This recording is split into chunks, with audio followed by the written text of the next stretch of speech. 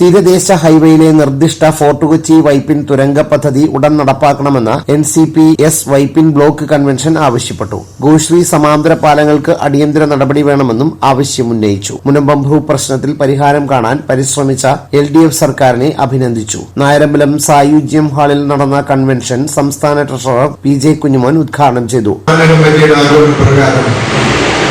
എല്ലാ ജില്ലാ കമ്മിറ്റികളും ഏറ്റെടുത്തിരിക്കുന്ന ഒരു പ്രക്രിയയാണ് ജില്ലാ ബ്ലോക്ക് സമ്മേളനങ്ങൾ നടന്നുകൊണ്ടിരിക്കുന്നത്.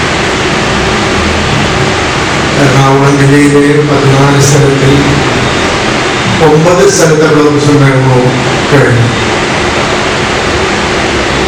ഒരു ബ്ലോക്ക് സമ്മേളനം നടത്തുമ്പോൾ തീർച്ചയായിട്ടും നിങ്ങൾ ആലോചിക്കും ഇത്രയൊക്കെ ആൾക്കാർ മതിയാണ്, ഇത്രയൊക്കെ ആൾക്കാർ മതി, കൂടുതൽ ആരോഗ്യം തെറ്റൊന്നുമില്ല. പക്ഷേ ഇടതുപക്ഷ ജനാധിപത്യ മുന്നണിയിലെ 15 ഘടകകക്ഷിയിൽ വിവിധ ഘടകകക്ഷികളില ഒരു ഘടകകക്ഷിക്കും ഒരു ബ്ലോക്ക് സമ്മേളനത്തിൽ കമ്മ്യൂണിസ്റ്റ് പാർട്ടികളും ഒഴിച്ച് ബാക്കി ആർക്കും സംഘടിപ്പിക്കാൻ പറ്റില്ല എന്ന് തന്നെയാണ് എൻ്റെ വിശ്വാസം.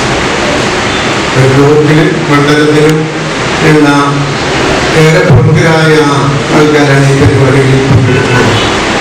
ഇതിൽ പാർട്ടി പ്രവർത്തകരുണ്ട്, പാർട്ടിയുടെ അഭ്യുതകാംക്ഷികളുണ്ട്, സുഹൃത്തുക്കളുണ്ട്, വിവിധ തലങ്ങളിൽ വക്കീലന്മാരുണ്ട്. എല്ലാ തലത്തിലുള്ളവരും കൂടിയാണ് ഈ ബ്ലോക്ക് സമ്മേളനത്തിൽ. ഈ 15 ഈ 9 ബ്ലോക്ക് സമ്മേളനവും വളരെ ഗംഭീരമായിട്ട് തന്നെയാണ് നമ്മൾ നടത്തിപ്പോകുന്നത്.